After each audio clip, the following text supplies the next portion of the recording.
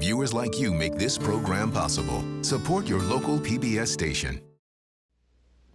The French Chef is made possible by a grant from Safeway stores. Boiled eggs, poached eggs, fried eggs, scrambled eggs. These are breakfast eggs. We are doing eggs today, but we're not doing any of these on the French Chef.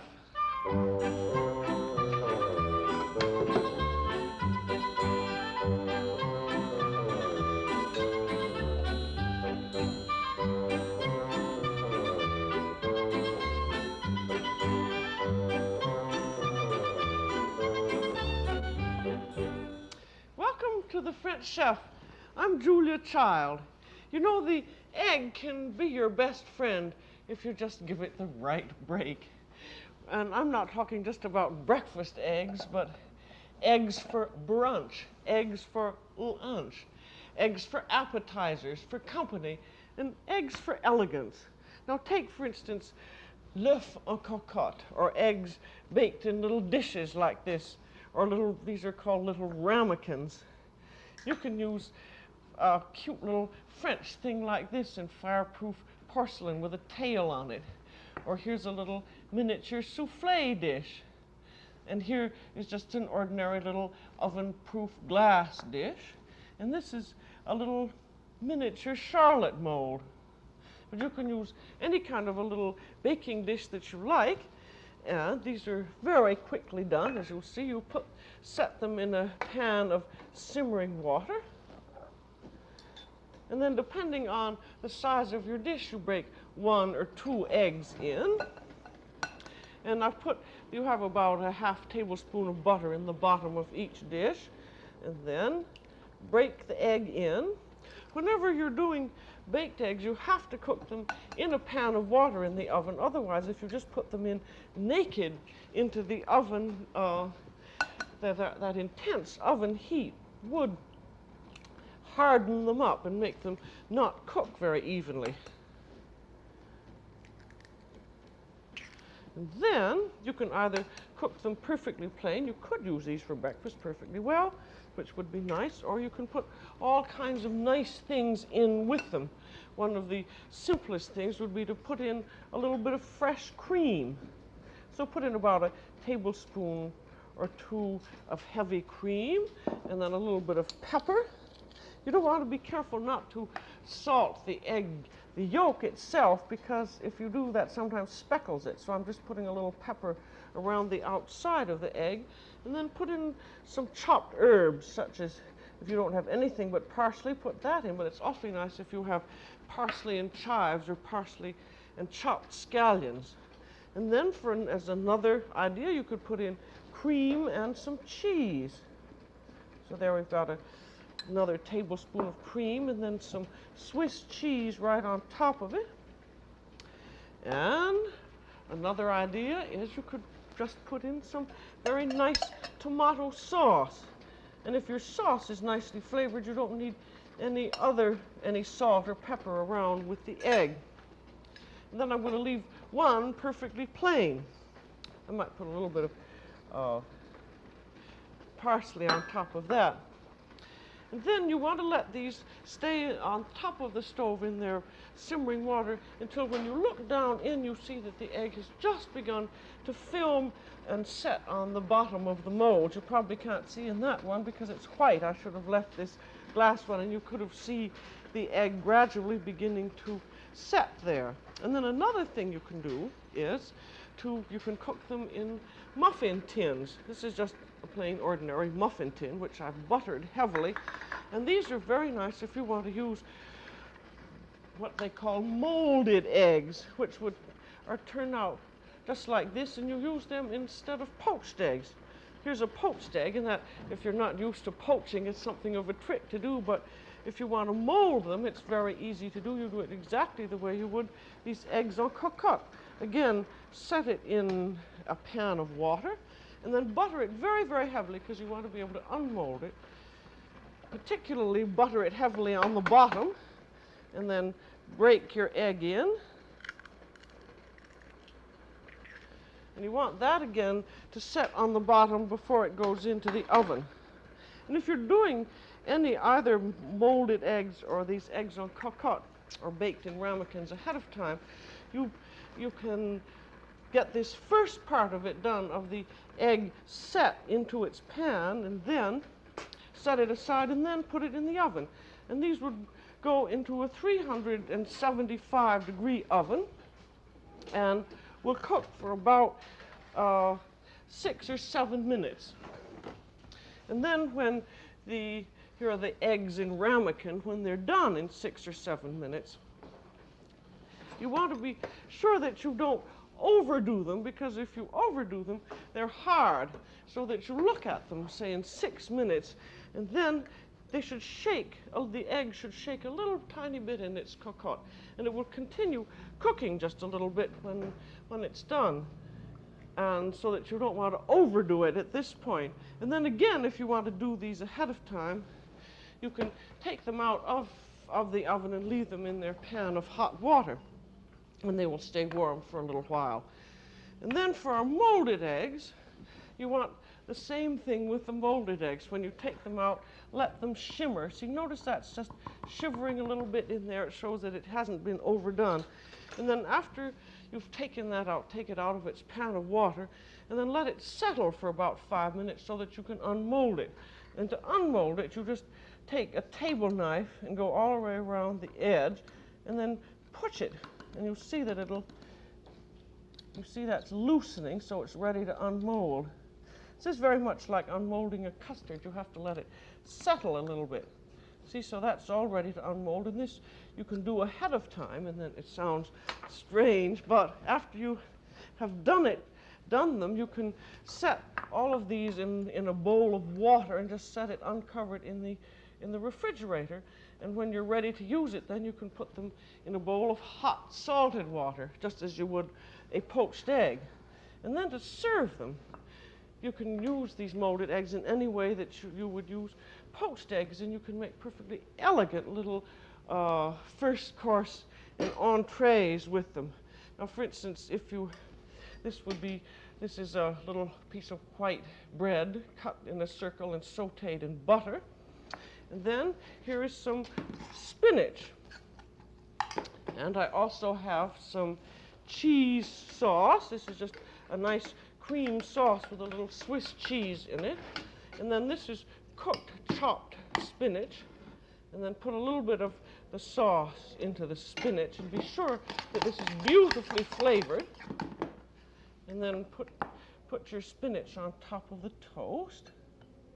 If this were just a first course, you would just use one of these for each serving. And if it were a main course, you would use probably 2. And then you have your hot egg, and you put that right on top. And then cover that with your sauce. And you could use hollandaise sauce or béarnaise sauce or whatever lovely sauce you felt would go nicely with it. And then you'd want to decorate the top. I have here a little fluted cooked mushroom, and that's always very elegant to go with them. And then if you wanted, you could also have a little tiny bit of parsley. Now this is very much the same idea as the eggs Benedict. Of course, the eggs Benedict, I think one has seen so much it gets a little bit tiresome. That's the egg on a muffin with a piece of ham and then some hollandaise sauce. But you can do so many other things with them besides that same old Benedictine one. And this one with the spinach would be called œuf poché viroflé. Viroflé sounds nice. It's where spinach comes from in France. Or you could call it l'œuf florentine. Anything that's called Florentine always has spinach with it. And you can use, of course, on top of your little piece of toast, this is a wonderful way to use nice little leftovers, such as if you have, say, a little leftover poached or broiled fish. You could mix that with a nice sauce, spread that on your toast, put your egg on it, and then put more sauce on top of it. And that's one of the nice things about eggs, that there's so many leftovers that you can use with elegance, and you can use all of your knowledge of sauces and turn out something as a first course or a main course, which is really perfectly lovely. And now we're going to do a second group of eggs, which are called shirred eggs. And these are, of course, both for breakfast and or for lunch, or brunch, or whatever you'd like to use them, or as a first course. And these are eggs that are put in little flat pans like this, and then are started just so that they begin on the oven and are then, on the top of the stove, and are then put under the broiler. And again, if you have to do them this way, because if you put the egg like this right in the oven and baked it, again, you get a tough egg, and what you want is this lovely, tender quality. So you set your little pan over heat, and if you don't have one of this, happens to be an enameled iron pan, which is very nice because you can set it either on the stove or in the oven. Or if you don't have that, you can use a fireproof glass one. Here's some other little porcelain ones, but these it would be dangerous to set on top of the stove. You could set them on one of these simmer plaques. This one I just got at our local hardware store, and it's very useful, because you would set your little dishes on this or in a dish of water to get them started on the bottom. And so now, with the shirred egg, I'll just do a plain one, because I want you to see exactly how it works when it gets into the oven. You put in about a tablespoon of butter, and then you could break either 1 or 2 eggs in. And these eggs can be so delicious when they're properly made, as you see how quick it is. But if they're done in the oven, they get rather like leather, and they're usually overdone. Now again, you want to make sure that it just has taken on the bottom, and you can tell by looking at it, because the bottom will just film. And then as soon as the bottom has filmed with coagulated egg, then it's ready to go into the oven. There. So this is going to go on a dish here, and I have another egg which has some cream and cheese on it. Then, now these again you can do ahead of time, get the bottom all filmed, and with this one here, which just has 2 teaspoons of cream and some cheese on it. And then when you're ready to serve, and this is only going to take about half a minute, put it under an absolutely red hot broiler and get it just as close under the broiler as possible. And then pull out your dish every minute or two and see, every 5 or 6 seconds, and see how it's doing. And have a little dish with some butter ready, for the naked egg is going to need a little bit of basting.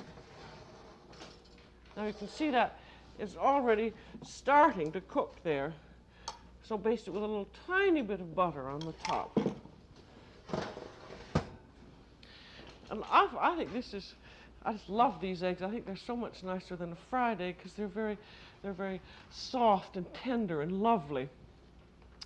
And with these you can do all kinds of variations with these, such as the cheese that we mentioned. Now, so you keep bringing it out. Now you have enough butter on the top so that you just baste this. And as you baste it, the yolk becomes filmed over with a lovely sort of white veil. And that's why these are often called l'œuf miroir, or mirror eggs. Now this is I think this is now done, because again we have this dish which is rather heavy, and so the egg will continue cooking a little bit in the dish. Now look, you see that shimmies in the dish, which is just what it should do. And then with these, after you have the egg shirred, then you can decorate it with whatever you like. Say that you have some chopped ham. You'd put that around one edge, and then you could put a little bit of chopped herbs on top. But there are all kinds of things that you can do with these shirred eggs, and you'd have your hot filling at the end and just put them around. And you see this one here has the brown cheese and the cream on it, and that is a lovely combination. And now we're going to do some omelets.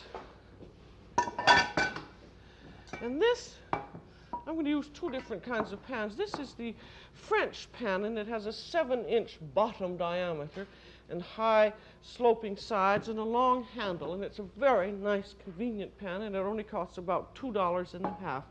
And when you buy it, you have to, because it's just iron, you have to scrub it out with scouring powder, heat it, oil it, let it sit overnight, wipe it dry with paper towels, and then just before you're going to make an omelet with it, you put some table salt in and set it again over heat and rub it out with a paper napkin, and it's ready to go. And omelets are one of the nicest and sort of exciting main course or first course dishes, and you can make them in about 20 seconds or less. So, and with the best omelets are made with 2 to 3 eggs. So we're going to make this with 2 eggs. If you try to make omelets larger, they're just not as tender. In a French omelet, this is a French flat omelet, the kind, if you go over to France and ask for an omelet, you will get. And there's a very delicate, lovely interior of coagulated eggs, which are surrounded by a cloak of, no, inside is custardy and the outside is coagulated eggs. You have your 2 eggs and a little bit of salt and a little bit of pepper, and you beat it up just enough to mix it, and then set it over a high burner and put in a tablespoon of butter. And then you want to be sure to wait until your butter is hot. And that's, you have to, for an omelet, because it goes very, very quickly, you have to be sure that your butter and your pan are very hot indeed. And you can always tell, we've done this a great many times, but in case somebody hasn't seen it, you can always tell how hot the pan is by looking at your butter foam. You see, now your foam is foaming up, and as soon as it begins to subside, it means that the butter is hot enough to cook in, because while it's still foaming, the butter is only about 212, because there's still liquid that is evaporating. But then as soon as the liquid has evaporated, then the butter begins to brown. You want to get it just before it begins to brown. Then in go your eggs. Then let it settle for a minute. Grab the pan with your left hand and take your fork. And with the bottom of your fork, just stir the omelet around like that. Then as soon as it's coagulated, get the egg down in the bottom of the pan, then shake your pan a little bit and make sure that this is loosened on the bottom. And then have your warm plate and change hands like this, and with the lip of your pan on the plate, just turn the pan over, and there's your omelet. You see, that's very, very quickly done. And now you don't have to use a fancy omelet pan. I didn't know this until we went over to England, and I saw a woman called Fanny Craddock do a egg show on the TV over there. And she invited people just to come in with any old pan, and this is just an old iron pan I've had kicking around the house. You heat it up very hot on the burner, and then you take a piece of fresh pork fat and you rub the pan with it. And you've got to be sure that your pan is very, very, very hot. I don't know why this works, but it is. I had always thought you had to have a special pan for omelets, because you can't cook omelets in a pan that sticks. As you can see, it's got to slide. Now see, that's beginning to smoke. So rub it with your paper towel and then take it off the heat, and then go and make your omelet with it. Because very often, if you're an omelet expert and you go and visit people, they want you to make an omelet, and then there isn't any omelet pan. So if you use this trick, you can make an omelet no matter where you are. There are 2 eggs again. Then I'm going to heat up this pan and put in the butter. These iron pans get hot awfully quickly, particularly. And you want to be sure that you don't let your butter burn, or you get an awful taste. You see, those eggs are just beaten up about 20 or 30 strokes. And then in they go. Trouble with these, see this short handle, sort of a nuisance because you have to keep holding on to it. As you notice with this omelet, there's no liquid added at all to it because you want to be sure it doesn't stick. See, and there's that was tipping the pan to get the omelet down at the end.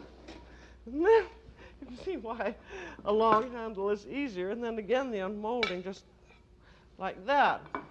And then if your omelet hasn't shaped up as nicely as you liked, you can just push it together with a fork. Now, isn't that quick? That's 20 seconds, and that's all it takes to do a very nice omelet. And remember that the 2 to 3 egg omelet is much the best. And now we're going to do a filled omelet, an omelette aux champignons. And whenever you're going to do a filled omelet, be sure that you have whatever filling you're going to use already. And these are sauteed mushrooms. So I'm just going to keep them warm on a burner. And then with your omelet pan, just have a lot of paper towels ready. You never need to wash a pan for omelets. You just wipe it out with paper towels. You don't want to wash it because it's better to leave a little bit of oil in the pan. So we do the same system. We're going to break, I think I'll make a 3-egg omelet this time. There's 2 eggs and 3. And salt I'm using about, well, I should say about a 1/4 of a teaspoon, and then just a few good whaps of pepper. And then beat them up. Then I'll heat my pan. And again, a tablespoon of butter. And be sure when you're making the omelet that you tilt the pan in all directions because you want to have not only the bottom but the sides filmed with butter so that you can be sure to unmold it. Then you have your filling warm and beautifully seasoned. It's terrible to make things with, say, if your filling hadn't been properly seasoned, it wouldn't taste very good. Now again, we're waiting till our butter foam is just right. That's almost beginning to brown, so in go the eggs. Then you remember, let them settle for just a moment there.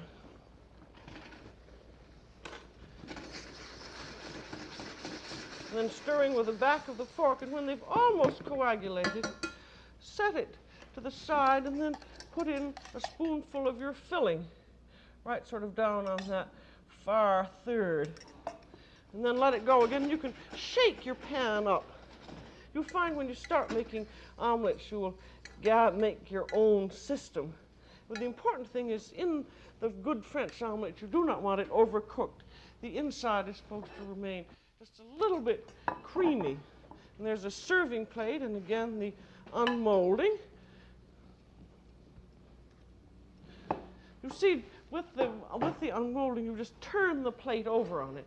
Now you can serve the omelet just like that, or if you want to be fancier, you can cover it with some more sauteed mushrooms. Or you could fill it with creamed spinach and then put the mushrooms on top. And then I think we shall do a gratinade omelet. So I have this cheese sauce here. So I'll just put the cheese sauce on. This is another omelet I saw that Fanny Craddock on the BBC do, and I thought it was such a good idea that you would enjoy it. And then you have your sauce on, and then sprinkle it with a little bit of grated cheese.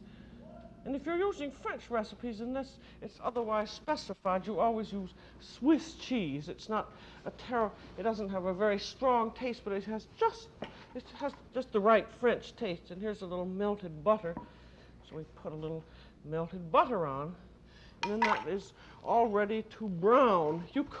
I think you could get this omelet done somewhat ahead of time, and then put your mushrooms on and your cream sauce and brown it just before you were ready to serve.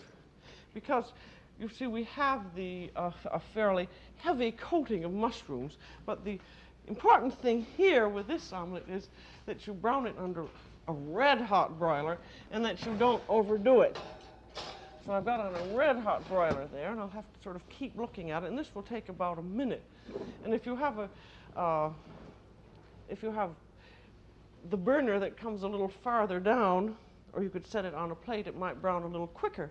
Now, other fillings that you could use, when we were at Roquefort in France this last summer, where they make the Roquefort cheese, they had a lovely omelette which was filled with Roquefort cheese, and then the cheese was mixed with a little bit of cream sauce and folded into the omelette. And then on top of the omelette, they had a cream sauce, and then they sprinkled a little butter, and then they browned it under the broiler. It was very good and a nice rich one. And now other fillings would be creamed lobster or shrimp or asparagus or chicken livers. Spinach, of course, is extremely good. And if you don't want to fill the omelet by folding it in, you can very easily slit the top of the cooked omelet just a little bit and then just sort of spoon the filling on top of the omelet, and a little bit of it goes into the split. But remember, when you're making omelets, don't put in any liquid or any liquid-making ingredients, such as some people think, oh, wouldn't it be nice to put some chopped tomatoes in? Well, you put the chopped tomatoes in and then try and make the omelet. It all turns out runny, and the eggs are coagulated, and it's just a mess. So if you want something like cooked tomatoes, I'm going to look again at my omelet. That's coming along nicely. You would put it in either as a filling or as a topping. But don't ever beat anything into the eggs, unless it's something that's dry. Fines herbes, for instance, which would be chopped parsley and chives, would be very nice in it, and that's dry, so you can beat it right in with the eggs. Now there is our omelette gratinade with mushrooms, and that makes a perfect main course luncheon or supper dish. All you need to serve with that would be a green salad and some French bread and a nice white wine. And now let's go back and look at what we have. We have our little eggs in cocotte. We have the ones with the tomato sauce and the cheese and the cream. And then we have our molded eggs, which were done in the same way. As you remember, start those out in a pan of water in a 375-degree oven, because they have to be in the pan of water or they're not going to be lovely and tender. Then we have here our shirred eggs. And these, as you remember, you start on the stove until it's just begun to coagulate. And then you put it under the broiler. And with these, you can put on cheese or cream and broil them with the cheese or cream on, or you can fix them afterwards. So the egg can be one of your very best friends. You've seen just a few of the hundreds of dishes you can do with eggs. So all you need is this and a little bit of imagination. That's all for today on The French Chef. This is Julia Child. Bon appétit.